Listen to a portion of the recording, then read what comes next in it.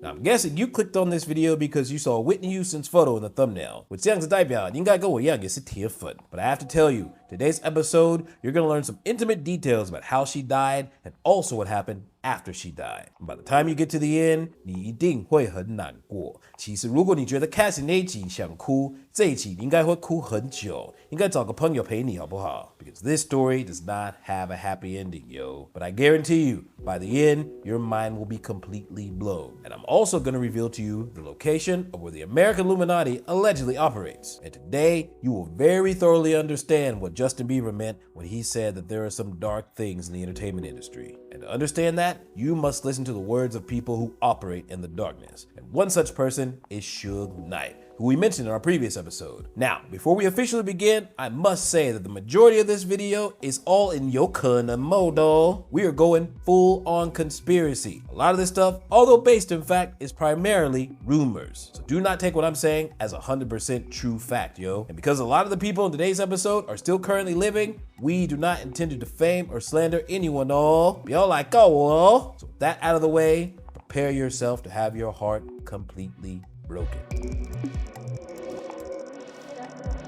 So before you understand Whitney's story, you must first understand the vital relationship between the FBI and the American entertainment industry. America has a long history of celebrities acting as secret agents on their behalf, from Harry Houdini to Frank Sinatra to John Wayne. These people and many more were all suspected and proven agents of the intelligence community. They were tasked with gathering information and keeping a very close eye on persons of interest, not just for the American government, but for the British government as well. 那这一句跟我们上次讲的那些人跟 Whitney 有什么关系? Stick around, because you will find out very quick. History often repeats itself. So let's start on a bit of a light note and get to better understand one of the most feared figures in American hip-hop, Suge Knight. When you do go to make something of life, people want to get you. I don't cry about it. If I get shot, I'm not whining. If I go to prison, I'm not crying. Anything ever happened to me, I don't point the finger. Take responsibility to deal with it. Majority of all the people I helped, always in one. Either snitched on me, stole from me, or took money to kill me, or paid money to kill me. But God is more powerful than all that. So I'm still here with my happiness. Imagine having a woman that you have a child with, and you put this woman in a position to have a great life and a nice house. But she takes the money to have you killed. They don't want the child hanging right that much because they took the bait to have you killed. I didn't cry about it. I still don't say the person's name. And I did great things, and my conscience is clean with God. So based on this, it would seem that Suge Knight has his own set of codes and rules that he lives by, that he's willing to take responsibility for everything that he has done. Make no mistake, this dude has done some brutal shit. From hanging niggas off balconies, to murdering folks, running over people, tax evasion, robbery. Needless to say, my man has seen some things. Just last week, when he was interviewed on Patrick Bet-David's podcast, nearly 3 million people's minds were completely blown. This interview was one of the highest viewed on that channel this year. And the comments, you know the world is up when Suge Knight is calling for justice in the rap game. Real talk. When a man as villainous as Suge Knight demands for more fairness in hip-hop, you know things are really bad. The best talent we have in the industry right now is some of the talent you guys never heard. There's a lot of guys all around the world. It's the world's best kept secret when it comes to music. People are starting to use their friends or artists who play those games. Basically, they on the level because they did everything that these people wanted them to do. They sold. And we all joke about it, but they always had a conversation about it, and I always say the same thing. I always say, well, you had Illuminati, and then they have the Masons. The Masons believe in God. Illuminati believe in the devil. The Illuminati's in Germany, Russia, whatever, they believe on men on men. They don't mean they part of the gay community. They mean they just overpower each other. And it might sound crazy, but at the end of the day, that's why there's no great talent. There's a lot of great talent out there, but some of the best talent is not having the opportunity to get in the door because the people with the secret society is messing around with each other and messing with people's heads. So throughout this interview, Suge Knight mentioned two groups, the Freemasons and the Illuminati. According to him, the Freemasons are a righteous group, while the Illuminati are straight up bastions of evil. But one thing they do have in common is they are both very secret societies. Now, it would seem that the American rap and hip-hop game is being controlled by the Illuminati. Now to me, my man is knee-deep in some conspiracy theory. A lot of what he's saying is quite vague. But later on in this podcast, he mentioned this. It's all designed to make these people feel they're the ones who's working for the industry who keep having the same old talent. A lot of people doing the same old songs, same old ass artists. It's like warm soup all over again. These opportunities to these younger generations who really are the best, who got the God-given talent. That's what we're missing in the industry. And fire all those old heads part of the secret society. Tupac stood for a smart young man, a gifted young man, and wanted to save the world. Eventually, it cost him his life. Tupac died trying to save the world? Now, if you don't understand Tupac's background, you might think that Suge Knight is straight up ope konge. Let me tell you something about Tupac. His mother was a very well-respected member of the Black Panthers. So for those of you who don't know, the Black Panthers arose as a response to police brutality and the fight for social justice in the early 1950s and 60s. And unlike Dr. King, they were willing to use any means necessary, including violence. Now, Afeni Shakur, Tupac's mother, was a key member in this organization. At that time, her number one enemy was the FBI. Check it. She, along with 20 members of the Black Panthers, were arrested by the FBI under conspiracy to commit murder by way of bombing federal buildings and police stations. They locked this woman up and set her bail at nearly $1 million in today's money. Now, if this were Diddy, I bet he'd be pulling out all the stops to hire the best lawyers money could buy for his defense. But Afeni Shakur did not hire a lawyer. She represented herself. For 8 long months during this trial, she cross-examined every member of the FBI who brought accusations against her. And using calm, cool, and razor-sharp logic, she completely dismantled their arguments and embarrassed the FBI. Not only that, she exposed corruption deep within the federal organization. As a result, she and all 20 members of the Black Panthers were acquitted of all their crimes. Needless to say, the FBI did not like the Black Panthers one bit. Tupac was a son of the Black Panthers. So knowing what we know about where Tupac came from and what he represented at that time in the hip-hop community, I think it's safe to say that the FBI didn't like that fool either. So now we need to put on our conspiracy glasses for a moment and think very carefully. Did Diddy really put out a hit on Tupac all over some beef? Because beef is what gets money in the hip-hop industry. 这样子才会有流量啊. Tupac stood for a smart young man and wanted to save the world. Eventually, it cost him his life. So here, Suge might be hinting that Diddy, a suspected informant for the FBI, put a hit out on Tupac on their behalf. Because Tupac was the son of a very premier member of the Black Panthers. And during that time, in his music, he was very outspoken and critical about the American government, police brutality, and also their negative effect on society. Tell my homies on the block, getting dropped by cops. I'm still around for ya, keeping my sound underground for ya. When will I finally get to rescue this suppression? They punish the people that's asking questions and those that possess, still from the ones without possession. So maybe this is what Suge meant when he said that Tupac wanted to save the world. And because of Tupac's strong voice and undeniable rising fame, they took him down. Now you might be thinking, 唢呐，你说的太夸张了吧 ？FBI 怎么会对一个饶舌歌手那么有兴趣嘞？他真的对他们有这么大的威胁吗？不问题。接下来呢 I'm going to introduce you to a guy who, just like Tupac, was a son of a Black Panther. And also just like Tupac, he too wanted to save the world. Enter in Kanye West. I hate the way they portray us in the media. If you see a black family, it says they're looting. See a white family, it says they're looking for food. And you know, George Bush doesn't care about black people. Now you could say that Kanye was one of the first, if not the first person, to publicly come out and call out Diddy as an FBI informant. But as far as Meek Mills, Puff Daddy, all you fake hard niggas, you, because you can't shoot nobody anyway, and the reason why you got talk is because you did a deal, you fed. At the time when he said this, most of American society thought that he was on something. Looking back at it now, in hindsight, it's very clear that this man knows things. And just like Tupac, Kanye, whose father was a member of the Chicago chapter of the Black Panthers, has undeniable influence and also wants to save the world. To understand that, we can look no further than his music, like 2004's smash hit, Jesus Walks. Said you can rap about anything except for Jesus. That means gun, sex, lies, videotape. But if I talk about God, my record won't get played. Now, this song directly calls on American media and how it's only willing to prop up hip-hop that glorifies sex, drugs, and violence. And they won't dare platform music that gives a positive message, let alone faith and spirituality. Fun fact about this, when whenever Kanye was shopping this song around, along with his debut album, almost every major record label denied him. Their reason? This song doesn't really fall within the parameters of mainstream hip-hop. We need you to perpetuate the normal stereotypes such as sex, drugs, and violence. And then there's 2005's crack music. How we stop the Black Panthers. Ronald Reagan cooked up an answer. You hear that? So this song directly connects the US government's policies and the American drug problem. It even goes so far as to call out the US government for having a big involvement in the crack epidemic that directly affected the African American community. Then there's 2013's New Slaves. What you want? A Bentley, fur coat, a diamond chain?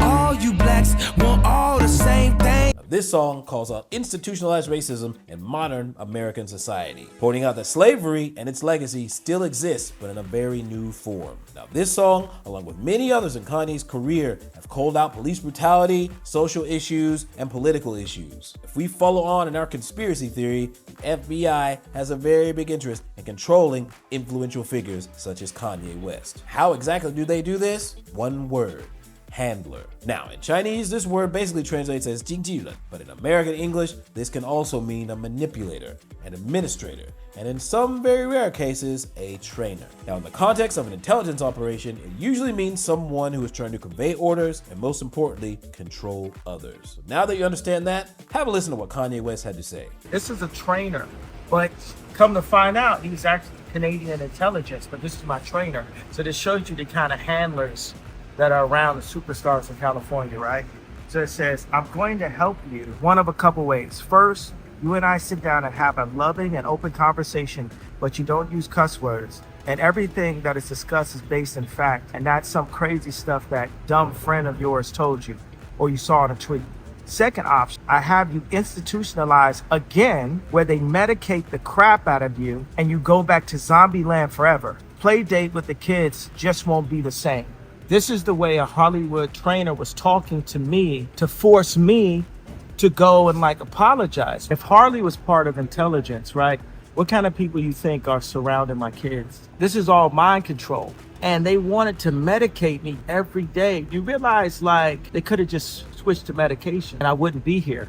And on the news, they would have said it was because of a mental issue. Harley Pasternak, who originally served as Kanye West's personal trainer. Soon after this, Kanye completely cut ties with this fool. And a little bit of time after that, Harley Pasternak was spotted in the hotel lobby in Dubai at the exact same time that Kanye arrived. And there's one more thing you need to know. Diddy, Kanye West, Justin Bieber, and Whitney Houston all have one thing in common: substance abuse. By the time I got to Googling exactly who is Harley Pasternak, my mind was completely blown, yo. 这个是一个超级大的 plot twist. 大吉大调. Harley Pasternak, a Canadian writer, personal trainer, TV host. Oh, and he's also a scientist. You know what? I'll just let him tell you. The clients that we work with are some of the most publicized people in the entire world. Everyone from Halle Berry and Lady Gaga to Kanye West and Alicia Keys. I did my master's degree at University of Toronto. I studied exercise science and nutritional sciences. Really, University of Toronto offered me a special experience by having me do research for the Department of National Defense. And we examined the effects of nutritional supplements, drugs, foods on soldiers' muscular strength and muscular endurance. Needless to say, my man's got the skills to pay the bills. A very unique set of skills that all focus on one particular thing. Drugs in food affect muscular performance. When you say drugs, was that like performance-enhancing drugs? Are they all kinds of drugs? Right, okay. So working for the military, I wasn't governed by the same laws that the typical person was, so I could look at the impact of certain drugs that are not everyday things. So we looked at a drug called modafinil. So if you give a soldier this drug, how long could they stay awake for without having any health detriment? Is that used now as one of these brain drugs? I've heard the name before somewhere. Yeah. Now, fun fact, back in the day, the department that Harley worked for ran point on one of the most famous secret operations in American history, Project MK Ultra. Now, for the uninformed, Project MK Ultra was a secret operation that wanted to test the effects of LSD, and other mind-altering drugs on the mind. What was their ultimate goal? Mind control. Real talk. This operation gave birth to Charles Manson and also Ted Kaczynski, aka the Unabomber. Actually, last year we did an episode on that guy. You should check it out down below. So after this secret operation, America made great strides in understanding how substances affect the human brain. And to me, this drug revolution was more important than the Industrial Revolution, yo. There were so many amazing discoveries made, and I bet a lot of them haven't even been made public yet. And do you remember a movie that was made about 10 years ago that introduced the concept of smart drugs called Limitless? This is not a conspiracy. How do I know? Because I actually take this stuff, yo. Not only is it legal, but it is very effective. So if an ordinary person like me can shell out 1,500 块台币 for a very effective brain-enhancing drug, imagine what someone who's rich and powerful has access to for maybe 30万台币.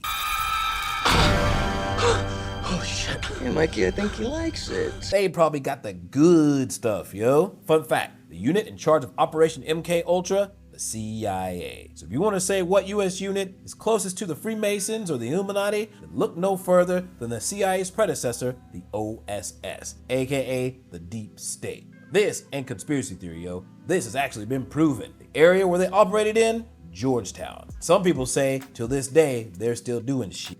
But we'll have to leave that for another episode. If you'd like to know more, you'd like to see something like that, make sure you leave a comment down below. And while you're at it, do us a favor, smash that like button to help the algorithm. And now, back to Harley Pasternak. If ordinary people can have access to over-the-counter nootropics, then what do you think Harley Pasternak, who trains the rich and famous, can get them access to? I'm willing to bet it might be some stuff that will enable you to face a concert in front of tens of thousands of people without breaking a sweat. That'll make you fully confident in your abilities without freaking out. Or maybe some substance that will enable you to write some of the most influential, inspiring lyrics in pop culture history. Or maybe some substances that allow you to sing and dance hours upon hours on end without getting tired. You might be thinking, 不可能没代志，没有那种东西啦。 that's because you don't know about drugs, yo. But don't do drugs. Drugs are bad, okay? Drugs are bad. Drugs are bad, okay? And coincidentally, large majority of American pop stars have some sort of a substance abuse problem, just like today's protagonist, Whitney Houston. So, get your tissues ready and 叫你朋友过来陪你, because we're about to get really serious and really sad.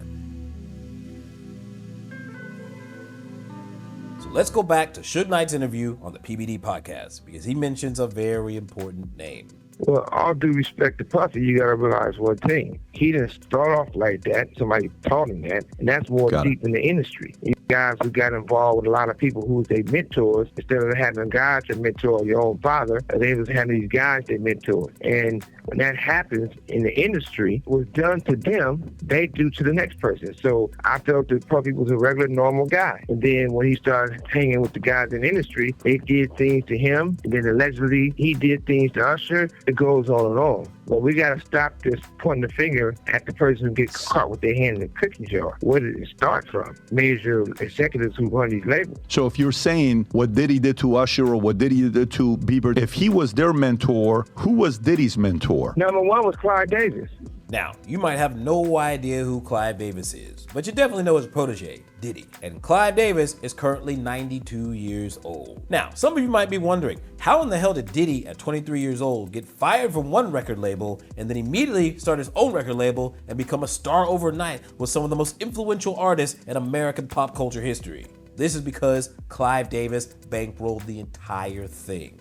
He played me Great Mac, and he played me 3 or 4 cuts of this artist called Notorious B.I.G. I then listened, and I was a believer. If I weren't a believer, I would not have invested the millions of dollars that I did to finance it. Now, Clive has a long history, dog. He's been the president of Columbia Records, the founder and president of Arista Records, the CEO of BMG, RCA, and currently he runs Sony Entertainment. This is the guy who introduced the world to Bruce Springsteen, Aerosmith, Janis Joplin, Pink Floyd, Santana, and most importantly, Whitney Houston. Now, you probably heard this one before. Clive accidentally heard Whitney Houston singing, and he immediately signed her to a record deal. He invested a lot of money to build and train her up, and then she became an international superstar, with her album topping the charts and breaking numerous records. Hey, do you remember Cassie's story with Diddy? Overheard her in a nightclub, signed her for a 10-album deal, and then she became a star overnight? Except Cassie was number 5. Or maybe Justin Bieber.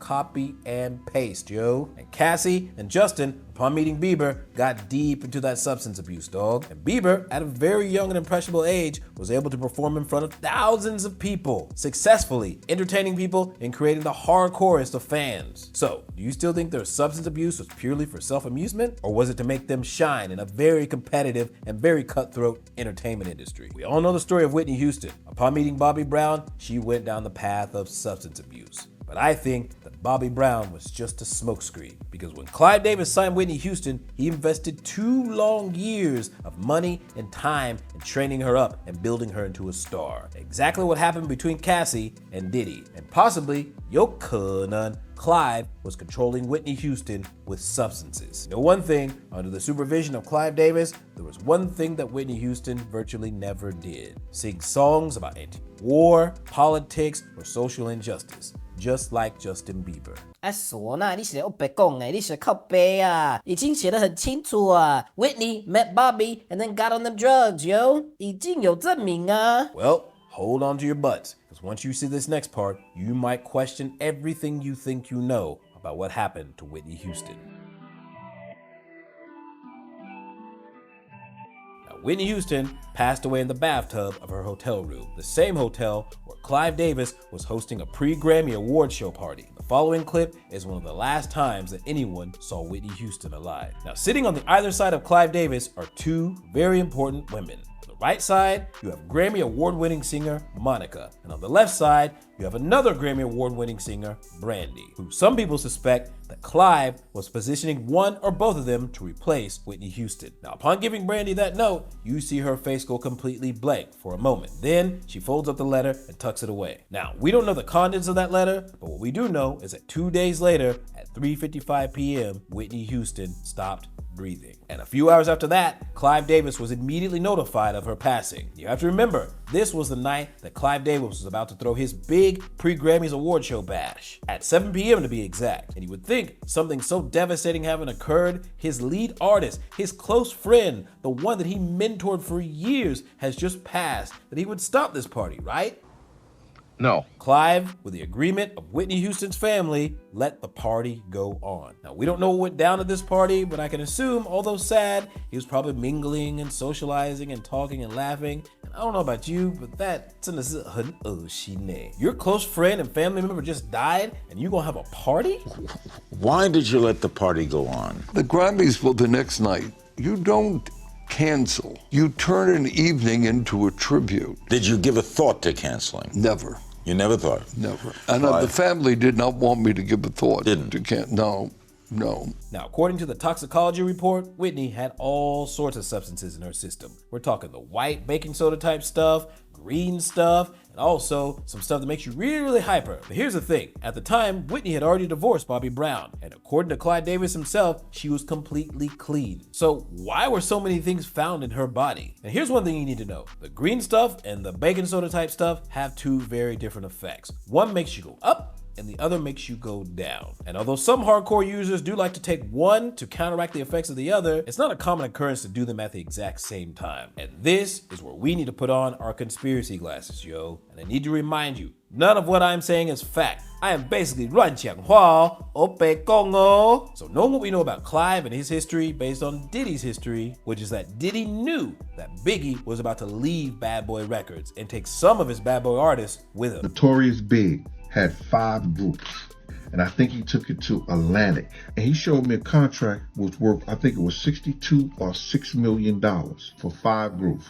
He took those groups to Atlantic, not Arista, not Clive Davis, not to Bad Boy Records. Who you think was madder than a motherfucker outside of Diddy? Clive Davis is going to say, we need to have a discussion with that guy there. You know why? Because this guy right here took a multi-million-dollar deal elsewhere, and he got famous through Arista and Bad Boy Records. How do this make us look? Our artists that we developed, our artists that we put this money into, took a multi-million-dollar deal to our competitors. Soon after that, Biggie was dead. Now, a few episodes back, our speculation was that the motivation behind Biggie's death was that dead artists make more money than living ones. So let's look back at Whitney Houston. At that time, her career was pretty much done. Voice was completely shot, her album sales were in the gutter, even the majority of her concerts were canceled. She had lost Clive Davis a lot of money. Not only that, but she was deep in debt. So maybe artists are more profitable once they stop breathing. Because within 24 hours of Whitney Houston's death, her songs not only shot to the top of the charts, but they generated more income than all of them did in 14 months combined. And a similar thing happened to Biggie as well. So, after both of them had no utility to Clive and Diddy, they died. And do you remember what Justin Bieber said? I don't know if I'd be alive for sure. It was dark. And there's another thing. To this day, Bobby Brown has been vehemently denying that he got Whitney Houston hooked on drugs. It wasn't me. It started her. I take my part and I take it hard for me even being a part of it. Well, that leaves a very big question. If Bobby wasn't the one to get Whitney hooked on drugs, then who did? There could only be one other possibility. Clive Davis. 接下来呢, I'm going to share with you my ultimate conspiracy theory. We're going to take all the content of the previous 5 chapters and string them all together to create a very exaggerated 超级夸张有可能 conspiracy theory. Do not take anything of what I'm about to say as fact, yo. This is purely speculation, all. So Clive Davis has been in the American music industry for 64 years, dude. So he must be doing some things right. And he's probably seen some things as well. And possibly, 有可能, he was cooperating with the FBI or some other intelligence organization, as he has been behind a large number of very famous artists, and very few of the ones that he worked with have been anti-war or been outspoken about politics or social justice. So it's possible that he used some illegal substances and administered them to some of his artists to help control and manage them and make them famous overnight, just like Whitney Houston. And Clive maintained this control until Bobby Brown entered the picture, and Clive might have been very outspoken to this marriage. Now you see this photo right here? At face value, Whitney Houston looks like an addict. But this is the face of someone who's trying to quit, someone who's trying to go clean from drugs. But with all the years of drug use combined with her excessive smoking, it was too late. The damage was already done. Her voice was completely destroyed. And that meant that she couldn't make money for Clive Davis. No concerts and definitely no new albums. So maybe, 有可能, Clive decided to cut his losses and get rid of Whitney Houston, clearing her debts. 有可能, Clive, who might have been an agent for the FBI, got access to a handler, and that handler was in charge of making Whitney OD. Now, the toxicology report showed that she had some baking soda type stuff, some green stuff, and some stuff to make her really, really hyper. And upstairs, when Clive got the phone call that the mission was done, he carried on with his party. And another fun fact is that at the age of 80, Clive Davis came out as a member of the LGBTQ community. I was only turning to bisexuality after my second marriage failed. Neither of my marriages were affected. I was totally attracted to women. When the marriage failed in the mid-'80s, I opened myself up to the possibility that I could have a relationship with a man, as well as the 2 that I had with a woman. According to him, he had been a member of this since 1985, just a few years before he met and mentored and financed Diddy. And there were also rumors that he had a very intimate relationship with Whitney Houston as well. Now, upon Whitney's death, she did leave a will, and although she was practically broke when she died, she did have a $20 million estate that was to be left to her only daughter. And her daughter could access this upon her 21st birthday. And just 1 year after her 21st birthday, a 22-year-old Bobby Christina Brown was found dead alone in her bathtub, just like Whitney Houston. Now, the cause of death was ruled pneumonia, but upon looking at the toxicology report, she had some baking soda white stuff in her system, she had some green stuff, she had some alcohol, she had some muscle relaxers, and she also had a very powerful painkiller which originates from poppy seeds in her system. And how in the world did she end up with all these substances in her system? Enter in Nick Gordon, the unofficial adopted son of Whitney Houston, who after her death became engaged to her only daughter, Bobby Christina. And after Bobby's death, in a civil suit, the courts ruled him responsible for supplying the drug cocktail to Bobby Christina, resulting in her death. And as a result, he was ordered to pay Whitney's estate $36 million. Then fast forward to 2020, and Nick dies of an overdose. So now Whitney, her adopted son, and her only daughter are all lost to drugs, and Whitney's legacy is completely gone. Now, Bobby Christina Brown, Whitney Houston's only child, had no will, which meant that $20 million estate would now go to Whitney Houston's family, her mother and her 2 brothers. And need I remind you, this is the same group that encouraged Clive Davis to carry on with his party the night that Whitney Houston died. Whew, so this was a very heavy story. And I have to tell you, taking a look at what Clive Davis did, carrying on with that party only a few hours after Whitney Houston died, for me, this is absolutely unforgivable, yo. This just shows that he did not care about her at all. Now, many people try to put the blame on Bobby Brown, saying that it was he who was at fault. But here's the thing, why was my man on live television crying his eyes out, insisting that it was not his fault? Now, regardless of what you believe, to me, there are too many weird coincidences and signs that show that Whitney Houston's death was not as simple as it seemed. The way I see it, Whitney Houston was just like Justin Bieber. Only Bobby Brown could not pull her out in time. Luckily, Haley could pull Justin out in time. But, that's the end of today's story. If you'd like to hear more stories like this about American celebrities and the tragic things that they endured, make sure to leave a comment down below of what you'd like to hear and see. Remember to like, subscribe, and don't worry, we'll be following up on Diddy as soon as we get some updates. And I'll see you on the flip side. Peace!